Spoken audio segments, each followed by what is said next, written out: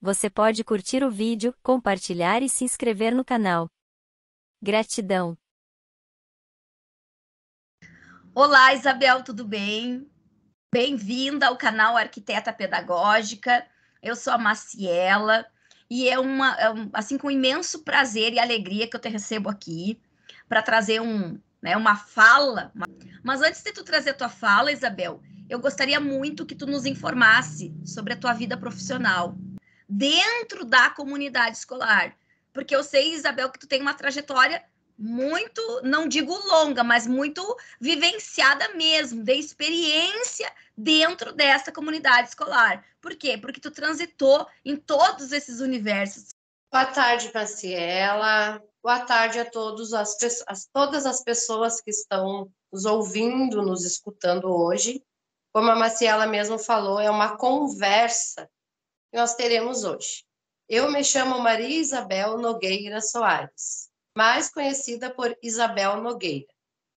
Tenho 50 anos de idade, 29 anos dedicado ao exercício do magistério. Iniciei minha carreira profissional no Mãe de Deus, no antigo magistério. Não tinha assim uma aptidão, uma vontade muito grande sobre a educação, porque o que eu realmente queria fazer era agronomia. Mas, como na vida tudo tem um porquê, eu não fui plantar sementes na agronomia, mas iniciei plantando as sementes no magistério. Posteriormente ao magistério, eu fiz concurso na Prefeitura Municipal de Tupã-Seretã, fui nomeada 40 horas, cursei pedagogia pela UFSM e, em seguida que terminei a graduação, eu fiz psicopedagogia institucional. Por quê? Porque o que me interessa mesmo dentro da educação é entender os processos. E nós, como professores, a gente tem vários alunos e cada criança que está sentadinha lá na nossa sala de aula, ela tem uma maneira, um processo para aprender. Eu sempre considerei a aprendizagem um momento mágico. Como eu sou professora alfabetizadora, a maior parte do meu tempo eu migrei da coordenação pedagógica à sala de aula, alfabetização. Então, eu penso assim, ó, se tivesse alguma coisa para a gente entrar dentro do cérebro da criança e ver o que é que acontece lá dentro, quando a criança aprende, quando ela adquire um conhecimento, quando ela se apropria do conhecimento, é muito fantástico. É uma coisa assim que me deixa muito feliz. Por isso que eu optei para largar a coordenação, que era um trabalho que eu gostava também, mas eu prefiro ficar, então, só com a alfabetização, que é meu chão, trabalhar com as crianças. Nessa minha trajetória, eu aprendi muito sobre processos cerebrais no Amor Exigente. O Amor Exigente foi uma escola para mim, onde a gente recebia as pessoas e a gente tinha que ouvi-las. E depois de ouvir cada história, a gente tinha que dar conversar com essas pessoas e dar um retorno. Então, assim, eu nunca posso escutar alguém sem dar um retorno. Esse retorno ele não precisava ser daquele momento exato. Ele pode ser daqui um dia, daqui 2 dias, daqui uma semana. O Amor Exigente, ele me trouxe uma experiência que era uma coisa que eu não fazia muito, que era ouvir, era escutar. Não escutar somente com o coração e com a razão, mas escutar com a nossa mente, como o nosso cérebro funciona e por que que cada um age de uma forma e age de outra forma. Depois que eu saí do Amor Exigente, eu conheci as práticas restaurativas, que foi outro campo que me agregou muito a minha vida profissional e da minha vida familiar também. Porque as práticas restaurativas, eu não aplico elas somente na minha sala de aula, somente na escola onde eu trabalho, mas com a minha família também eu procuro praticar as práticas restaurativas, que é aquele momento que tu ouve o outro, e que no momento que o outro também consegue falar para você alguma coisa que está angustiando. E neste momento, você também não é obrigada a dar um retorno. Você pode pensar, você pode não falar nada para a pessoa, mas só no momento que a pessoa consegue se abrir e consegue falar alguma coisa que está dentro de si para outro alguém de confiança, porque um dos princípios éticos, tanto do amor exigente quanto da prática restaurativa, é o seguinte: o que você ouve aqui, quem você vê aqui, aqui permanece. E é nisso que eu acredito, Maciela. Como eu bem falei no início, Isabel, realmente é uma trajetória bem longa e bem intensa. É assim que eu vejo. Mas, Isabel, eu te trouxe aqui para nós conversarmos um pouquinho, como de sempre, né? Em relação às falas que nós já tivemos. Então, nós vamos fazer uma retrospectiva e vamos transitar um pouquinho em cada uma das falas que nós já trouxemos. Nós trouxemos primeiro, Maria Isabel, uma fala da Marli com a blindagem emocional. E nós tivemos o prazer também de ter, né, a Marli por perto, conversando e trazendo as suas experiências, a sua formação. E nós, cada vez que escutamos cada uma dessas colegas, a gente tem a certeza dos excelentes profissionais que nós temos em nosso município, da formação que eles têm. A questão da Vanessa, e que fala sobre o aluno. Então, ela traz toda uma fala direcionada para esse aluno que tem expectativa, realidade, e que o professor também tem. E, por fim, nós falamos da família, né? Do amparo, do afago da família. Nesse tripé, sempre tem algo que a gente deixa passar. Então, é como se nós estivéssemos sempre voltando ao assunto. Não é deixar ele lá para trás, esquecido, porque foi um vídeo gravado e lá sabe-se quando que a gente vai ter acesso novamente. Mas é lembrar as pessoas que têm esse material maravilhoso, essas falas das colegas profissionais excelentes que nos fazem fazer uma reflexão neste tripé. Porque às vezes nós somos muito dados às críticas. E então, quando a gente fala de crítica, quando a pessoa faz uma interpretação de uma fala, nós não vamos deixar de escutar, desde que a pessoa traga um significado para nós desta fala. Muito bom, muito bem, então, Maciela. Foi um prazer enorme ouvir as meninas, minhas colegas, Marli, minha co-irmã. A gente iniciou um trabalho junto, nós fizemos uma graduação junto, a gente tem uma história de vida juntas, assim, a gente compartilha de momentos juntos. E a Marli, ela trouxe um tema muito importante, que é a blindagem emocional. Esse tema, ele precisa ser muito bem estudado, precisa ser muito bem aprofundado, porque assim, ó, é muito difícil um ser humano que eles não esteja preparado se blindar emocionalmente. Eu digo assim, ó, porque, por exemplo, assim, eu trabalhei em realidades, escolas de periferia, com crianças de outras realidades, que passavam fome, que iam para a escola porque lá era a única refeição que tinha. Eu também, se o professor não tiver emocionalmente preparado para ajudar essa pessoa, essa família, essas crianças, a gente não vai ter êxito, porque criança com fome não aprende, isso é certo, é garantido, não precisa nem estudiosos falar sobre isso, que uma criança que esteja com seu estômago vazio, ela não vai aprender, né? Então já começa aí a blindagem emocional que o professor precisa ter para encarar toda uma estrutura, toda uma realidade que cai para a gente, né?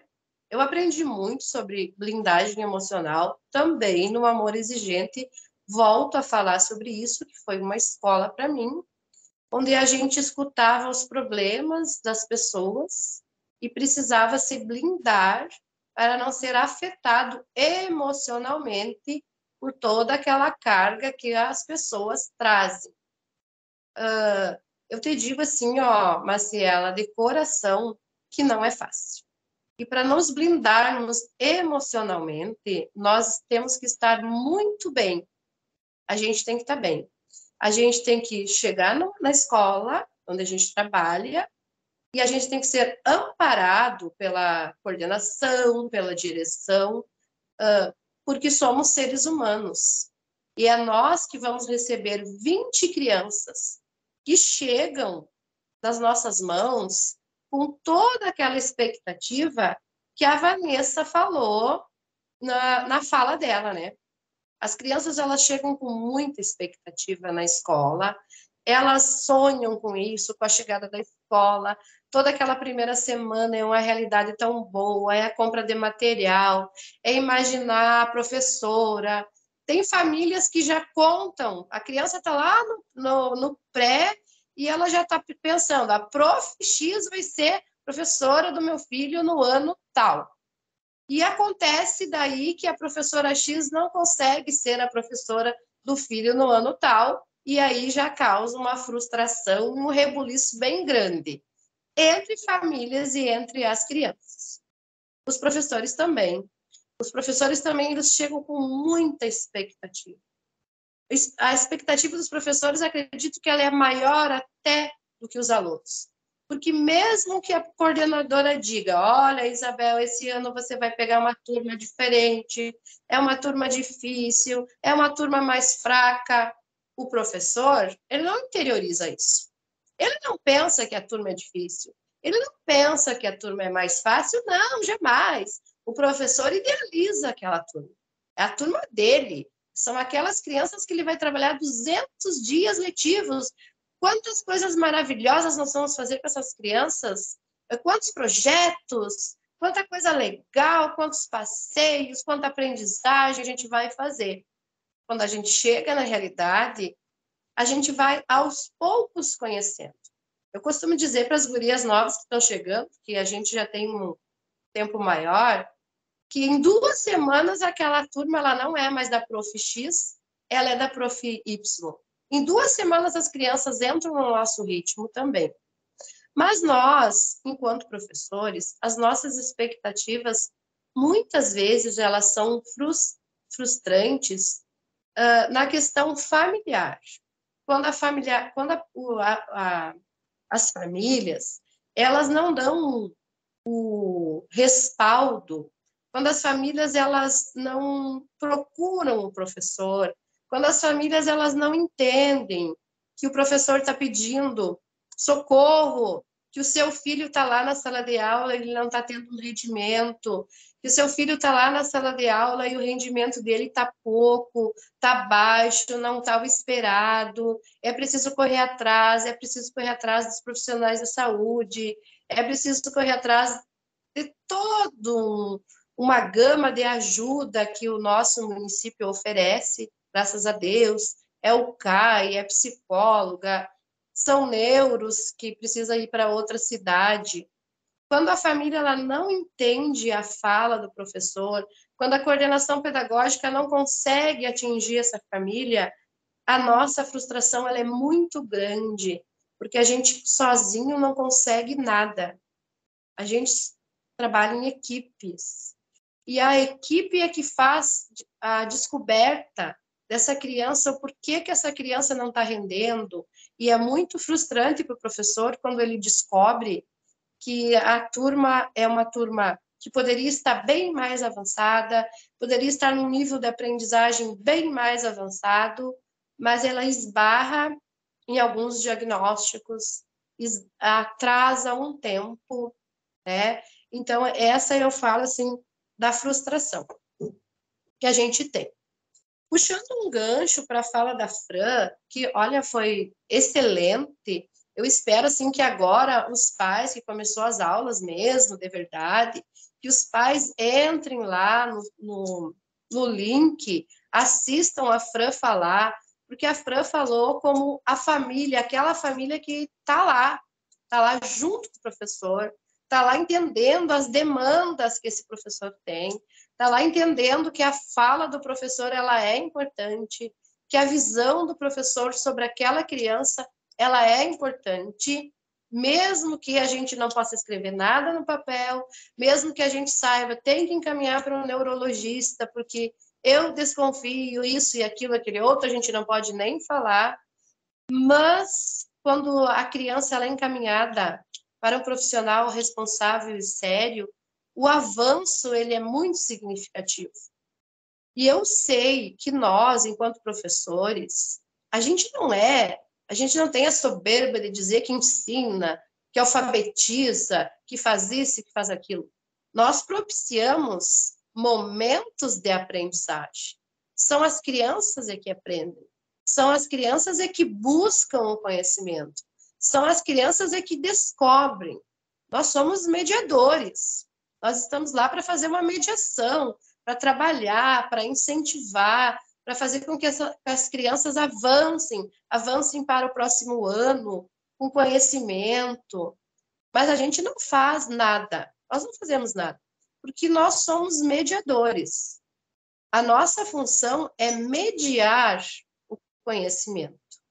Então, assim, ó, na fala das meninas, dessas 3 grandes profissionais, que é a Marli, a Vanessa e a Fran, que a Fran tão jovem, né, já teve uma parte profissional na vida dela, assim, muito intensa, trabalhando com famílias também. Elas nos trazem o ensinamento que a gente não faz nada sozinho. Eu tenho uma frase que eu gosto de dizer, que juntos somos mais. Eu não faço nada sozinho, a prof do primeiro não faz nada sozinha, nem uma prof faz nada sozinho, nem um profissional faz nada sozinho. Por isso, daí a importância da integração, de falar, de conversar, de falar sobre assuntos, de tentar descobrir alternativas para que as crianças avancem em termos emocionais, em termos de aprendizagem, para que se tornem crianças alegres, crianças felizes, crianças que gostem de estar na sala de aula. Estava aqui escutando e, assim, ó, encantada com a tua fala, da forma como que tu abordou, né, transitou nesses 3 universos, né, porque são universos incríveis e maravilhosos, e eu, assim, não tenho muito o que ficar aqui de blá, blá, blá, tua fala já diz tudo, retoma tudo, e agora, para esse finalzinho, Isabel, eu queria, assim, que tu deixasse uma mensagem, ou seja, de um desejo teu, do que a gente pode tratar aqui, ou de algo que tu pensa que nós podemos aprofundar dentro desses 3 universos, e também pode ser algo que, ao mesmo tempo que é uma expectativa tua, uma coisa que tu acha que na tua opinião é importante, mas que está inserido nesses 3 universos, que é o que, né, todo o canal, o Arquiteta Pedagógica, ele está voltado para isso. E eu deixo e estendo aqui, né, Isabel, o convite para as outras profissionais, também para curtir, né, o vídeo, né, Isabel, porque o pessoal está esquecendo de curtir os vídeos. E o curtir, compartilhar, escrever no canal, mas principalmente curtir e compartilhar. Então, quando aparece lá sugestões de vídeos, é porque as pessoas curtiram e o YouTube entende que é importante. E esses assuntos que nós estamos tratando aqui, eles são muito importantes, porque não é na fala lá do blá, blá, blá, dentro de um contexto lá de uma escola, é o geral. E nós estamos tendo agora repercussão em outros municípios e até mesmo em outros estados que estão divulgando aquilo que está sendo falado aqui. Então, torna importante a nossa fala e, principalmente, esse teu resgate, essa retrospectiva que tu faz, a tua fala traz aí a tua bagagem, né, toda a tua trajetória, e com isso eu não posso deixar, né, com toda essa trajetória, que tu venha agregar um pouquinho mais, venha aqui dar o teu a tua pitadinha, que é a sugestão, porque cada um dá uma pitadinha naquilo que a gente quer construir. que é uma comunidade escolar fortalecida, que tem um olhar sem que eu, pelo fato de te trazer aqui, Isabel, eu me sinta diminuída. Muito pelo contrário, as nossas colegas, elas agregam valor e elas são muito importantes na nossa trajetória. E só Deus sabe, né? Só Deus sabe o que cada uma passa lá dentro. Como eu digo, por Deus, com Deus, é a sua fé, né? Que traz ânimo todos os dias. E só nós sabemos as nossas bagagens, né? O que a gente está carregando na nossa bolsa dourada. A minha convidada, a convidada do canal é a que termina, que traz a mensagem final, porque não tem como eu concluir, sendo que vocês é que vão sempre estar agregando valor. Beijos, Isabel. É um prazer mesmo, tu sabe disso, estar aqui contigo, compartilhando esse momento, conversando, na verdade, trazendo as nossas falas lá diárias para cá, publicamente. Que bom, Maciela. Eu me sinto assim, ó, muito feliz. Não vou dizer que eu estou assim lisonjeada. Eu me sinto feliz porque essa fala que eu tive contigo hoje são as mesmas que a gente conversa lá nos corredores, na escadinha do Flori, no cantinho do café, em 5 minutos de recreio. São conversas, são situações que a gente tem, que a gente conversa, que a gente debate, que uma ajuda a outra. Eu, como falei anteriormente, sou uma pessoa muito curiosa sobre a alfabetização e como se dá o processo, como que a criança aprende.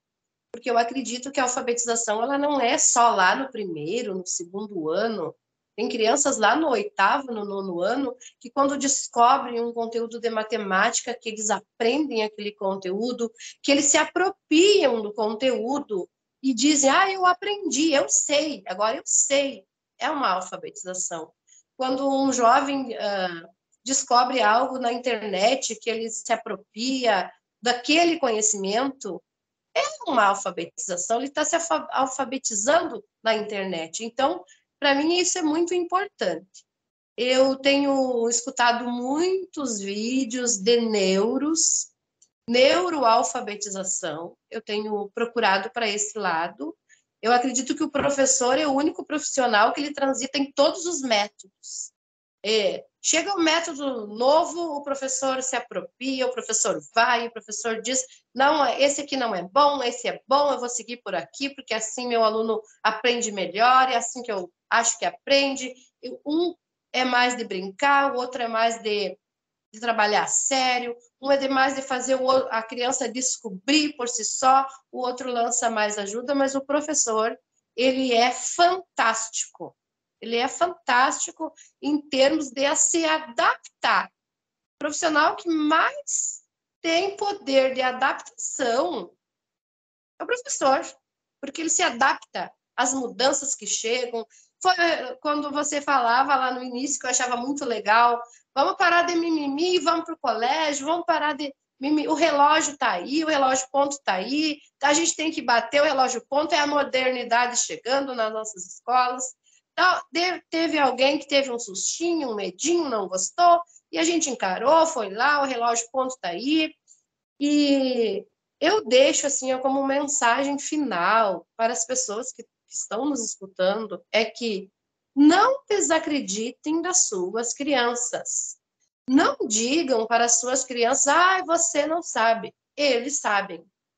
Eu vejo muitas crianças hoje, que é um tema que você pode trazer para um próximo momento, com algum profissional que você acha bem de convidar para falar. Muitas crianças de 6, de 7, de 8 anos chegando na escola desacreditando deles mesmos. Essa semana mesmo, em 2 dias de aula, eu tive alguns alunos que falaram, prof, eu não sei, prof, eu não aprendi. E aí isso me corta o coração, porque essa criança ela está desacreditada dela. Ela está desacreditada que ela vai chegar na escola, que ela vai evoluir, que ela vai aprender brincando também.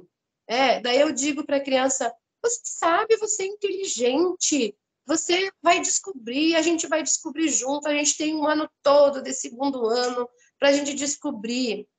E é muito triste quando a gente vê, a gente tem visto também, Marcela, muitas crianças tristes chegando para um nível de depressão, onde os pais eles não entendem, eles não descobrem, eles não enxergam a tristeza do seu filho. Eles não entendem o lado da depressão infantil. A depressão infantil, ela é séria, ela existe, ela está nos arrodeando cada vez mais. Então, eu gostaria de deixar como mensagem final a frase que eu gosto de dizer: juntos somos mais. Somos anjos de uma asa só e só poderemos voar abraçados uns aos outros. Até breve.